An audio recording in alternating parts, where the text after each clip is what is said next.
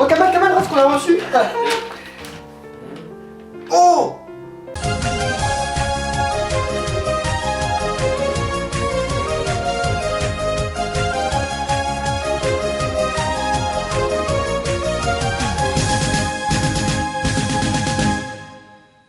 Et salut tout le monde, c'est Kamatero. Oh là. Et c'est Kitaro. Oh mon corbeau. Oh mon corbeau, pourquoi? Mais pourquoi? Pour le chapitre 821. Carrément. Et oui les amis, un chapitre vraiment, encore une fois excellent, dans la lignée des précédents chapitres.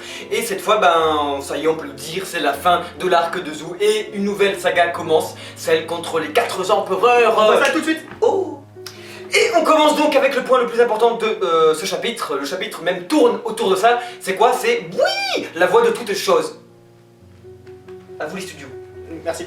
Donc en fait, eh bien, qu'est-ce qu'on sait, c'est que Luffy a entendu une voix spéciale dans le dernier chapitre. Eh bien, on sait désormais que cette voix appartient à Zunisha, le petit éléphant là. Voilà, exactement. Et du coup, c'est pas la première fois que Luffy entend la voix de toutes choses. Il l'entend déjà chez les rois des mers, vous vous souvenez, grâce à rien, grâce à son talent inné. Comme Goldie Roger. Exactement comme Roger, et également, ce n'est pas le seul à entendre cette voix, on a également Momonosuke qui entend cette voix, tout comme son Altesse, on l'avait appris dans le chapitre 817, l'entendait, soit son père Oden. Est-ce que ce serait héréditaire? Ouais, bah on pense même que c'est sûr qu'il y a une hérédité, et que du coup, peut-être même que Dragon pourrait avoir un certain pouvoir comme ça, mais en tout cas, notre petite hypothèse à Kamal et moi, c'est que cette chose s'apparente un petit peu à la philosophie bouddhiste, dans le sens où il y a toute chose est vivante et du coup est digne de respect, c'est-à-dire mérite, c'est-à-dire que par exemple, la prochaine fois que vous cognez contre votre meuble, ben vous vous excusez à lui, vous dites que c'est vous qui êtes cogné contre votre meuble. Excuse-moi meuble, voilà. tu portes toutes mes affaires depuis et du maintenant coup 10 ans. c'est quelque chose, ouais, exactement, c'est quelque chose de digne et quelque chose voilà, cet éléphant, et ben, il pourrait s'apparenter à quelque chose qui marche et qui n'a pas de volonté propre, et ben non, il y a bien quelqu'un, et ça c'est quelque chose de très sage, de très... Inuarashi d'ailleurs lui-même le dit, s'étonne et dit ah je n'aurais jamais pensé que Zunisha avait sa propre volonté, Voilà. avait sa propre... Et c'est une incitation à bien traiter la nature, à traiter tout ce qu'il faut, et ça les gars on vous y encourage, c'est vraiment Tip top, trop chouette. la terre où je m'assois. Et là où ça devient le plus intéressant, c'est que eh ben, Momo, le jeune Daimyo, arrive à mieux à contrôler ce pouvoir carrément que Luffy. Oh, elle veut dire.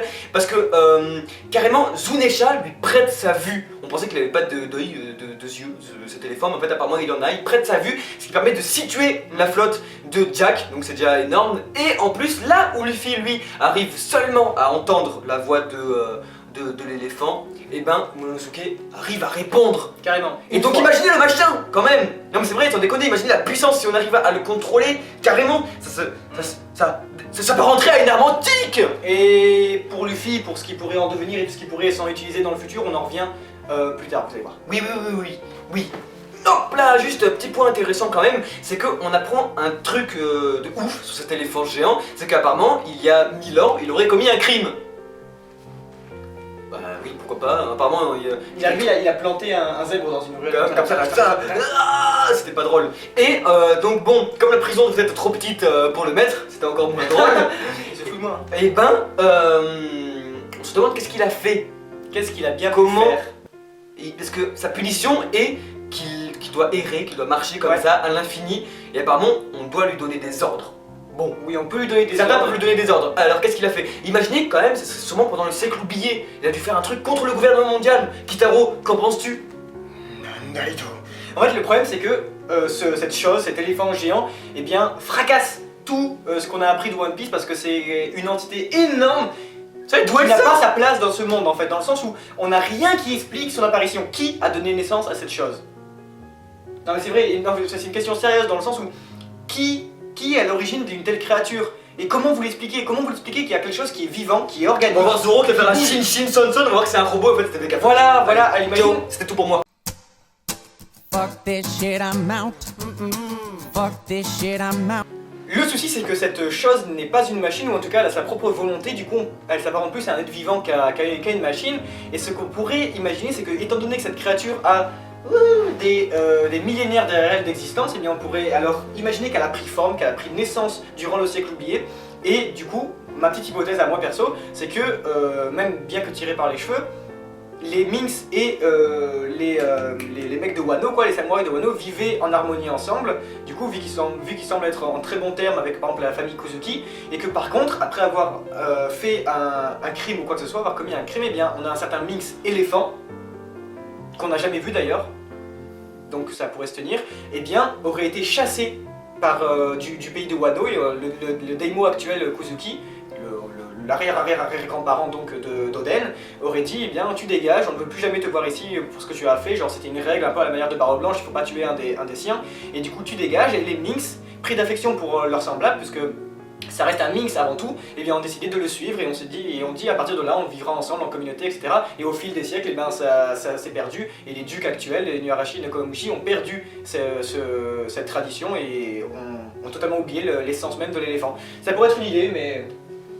No thanks, don't mind me. I'ma just grab my stuff and leave. Excuse me, please. Fuck this shit, I'm out. Ou bien Zou, il y a 1000 ans, et son peuple s'est opposé au gouvernement mondial pendant la guerre, pendant tout et tout, là, pendant le siècle oublié et tout. Et comme ils se sont fait massacrer la tronche, et ben leur punition était de simplement d'errer comme ça dans la brume sur Zou, jusqu'à qu'on leur donne des ordres à errer à l'infini comme ça.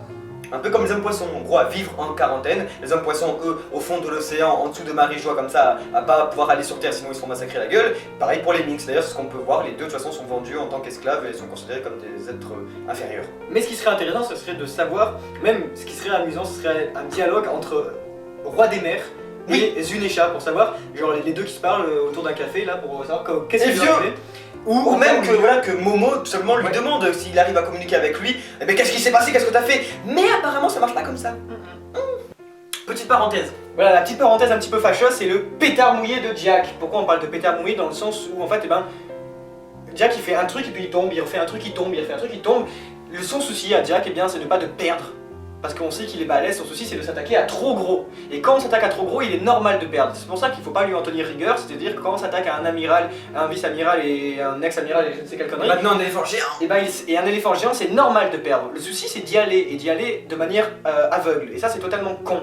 Parce qu'on a quelqu'un qui est extrêmement fort, qui tient tête à un peuple, qui tient tête à deux ducs extrêmement balèzes, on l'a vu, et qui pourtant, Inuarashi, Nekomamushi, le peuple Minx, tous, on s'accorde pour dire que c'est un véritable monstre et qu'il ne transpire pas au combat, alors... Mais il est totalement con Voilà, le souci c'est que regardez à quoi il s'attaque, c'est normal, je veux dire, Kaido, vous le foutez devant la trompe de l'éléphant, lui aussi il a mal, hein, je veux dire, c'est vraiment pas ça le problème c'est que il s'attaque à beaucoup trop gros et ça c'est un peu une déception. Et sinon... Alors on espère que ça va pas continuer comme ça parce que ça décrédibilise un peu trop le clan de Kaido aux yeux des lecteurs. Bon. Sinon nous on a beaucoup aimé le combat entre Zoro et Jack qui était vraiment super. Ah ouais, magnifique. C'était nice. Incroyable. Et last but not least, c'est quand même à la fin, vous avez sûrement dû remarquer l'escargophone qui avertit de l'échec de Jack à la fin de ce chapitre, qui porte les traits de Apu. Et oui, Apu, la supernova qui avait fait l'alliance avec Kid, Hawkins, Killer et Killer.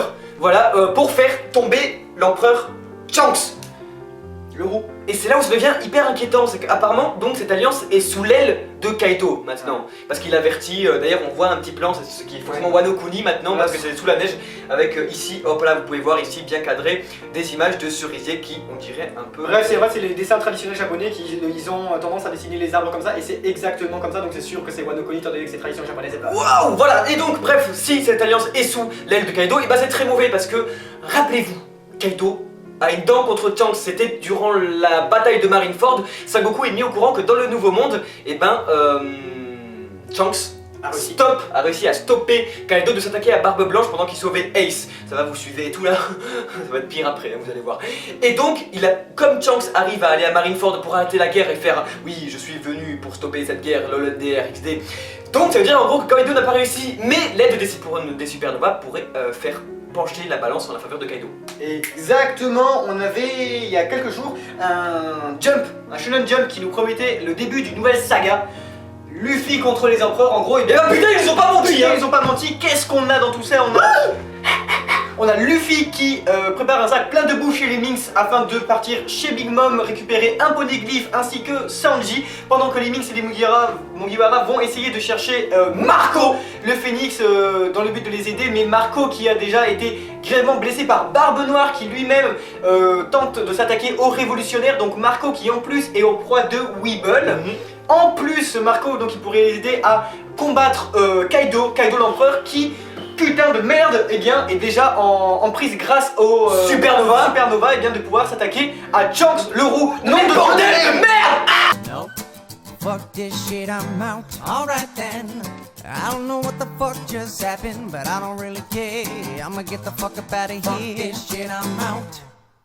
Ouais, les mentions spéciales. Oh mon corbeau. Oh, les mentions spéciales du mon corbeau. Mention spéciale à Mamie qui s'agrippe à la tête de Luffy pour pas tomber là comme ça là. Ouais. Mention spéciale surtout à cette image, mais genre qui sort du scan quoi. C'est Franky et sa coupe baleine qui surcadre derrière l'arbre baleine en plus, mais c'est grandiose. Mention spéciale quand même si vous regardez bien dans la toute première page, au copain de Shanks, le chien. Vous l'avez pas trouvé? Vous l'avez pas trouvé? Et ben regardez mieux. L'heure de la conclusion les amis a sonné, ça y est, mis à part tout ce qu'on vous a dit dans la suite du manga, toutes les intrigues et tout, on va pas y revenir là-dessus parce qu'il y a trop de choses à dire, on fera des hypothèses, mais le truc important c'est quand même on va revenir sur la voix de toutes choses. Apparemment comme la famille Kuzuki a des facilités à entendre, enfin à comprendre et à entendre et ben ces voix-là, et ben nous on pourrait penser que Luffy, arrivé à Wano Kuni, pourrait donc avec cette famille-là s'entraîner à comprendre et à maîtriser ce pouvoir comme il avait fait avec le Haki, avec Rayleigh. Exactement, parce qu'on constate un truc chez Luffy, c'est qu'il a un énorme potentiel, c'est un peu le héros de shonen classique. Un potentiel qui doit travailler pour afin de, voilà, il découvre qu'il a un truc, les autres font cet enfant il est tellement fort mais il ne sait pas qu'il est aussi fort, il faut qu'on travaille et qu'on l'exploite. C'est exactement ça pour le Haki des rois sur Amazon Lily, là c'est exactement ça pour les voix. Autre truc aussi qu'on attend vraiment, c'est ce chapitre-là en animé. S'il vous plaît, la toile animation ne foirez pas, c'est un peu con de dire ça, mais parce qu'ils vont foirer. Nous on veut une trompe qui fait voilà, comme ça. Parce que juste pour le aide-nous Zunesha, vas-y, ne tombe pas et le Yokata. Et avant de se quitter, on a une petite surprise. Voilà, et c'est bon, ce que vous a montré en début de vidéo. Qu'est-ce que c'est? On vous a parlé du Mon Corbeau 2.0 à multiples reprises. Voilà, c'est ça. Et ben, on vous a déjà aussi parlé d'un certain Lorenzo Pinello, un excellent dessinateur qui nous fait des trucs de manière très artisanale, c'est-à-dire crayon, etc., qui va rien faire par ordinateur et qui arrive à avoir une patte artistique monstre, qui fait des dessins donc déjà sur One Piece, mais pas que, qui a énormément de talent.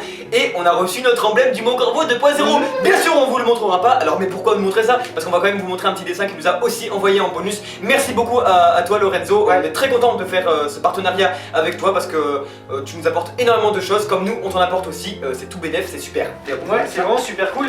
Et puis, merde quoi.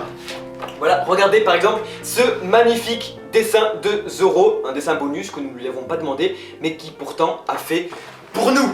Wouhou, bon, ça y est, l'arc de Zou est terminé, on se retrouve plus tard au Mon Corbeau pour de nouvelles vidéos tip top, trop top, chouette, et n'oubliez pas un truc les gens, Zou